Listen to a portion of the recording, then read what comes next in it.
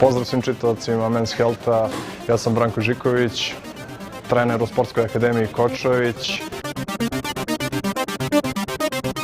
Sa nama je jedan od učesnika Men's Health izazova 2012, Miša Krstić. Njegov zadatak je bio da poveća mišićnu masu sa dobijanjem definicije i smanjenjem masti. Odlučio sam se da učestvujem u ovom izazovu.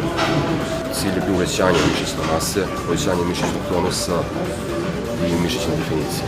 Shodno toga radili smo treninge za povećanje mase. Sada trenutno radimo takvu vrstu treninga gdje svaki trening pređemo sve grupe mišića, radi se na 2 dana. Po završetku nekog ciklusa od nedelju dana treninga odradimo nešto za eksplozivnost i izdržljivost, tako da ne bi izgubio na pokretljivosti. S obzirom na moju zahtjevnu profesiju kolnog policajca, zahvaljujući revnosnom treneru koji mi izlazi u susret, usklađivali smo termine prema njegovim obavezama, a i mojim obavezama na poslu. Korak nazad, čuvaj leđa.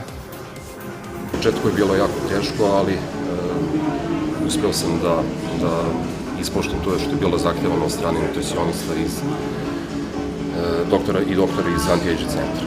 Sada ćemo raditi vežbu ravni bench press, što je specifično kod ovog izvođenja, što ćemo raditi po principu trostrukog dodavajućeg opterećenja, što znači da kreće sa manjim opterećenjem gdje radi 25 do 30 ponavljanja.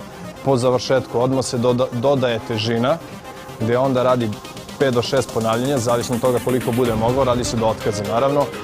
Po tom završetku automatski se dodaje, još jednom se povećava kilaža, gdje se radi onda 2 do 3 ponavljanja. To, malo se nagni napred, laktovi samo blago ih saviješ.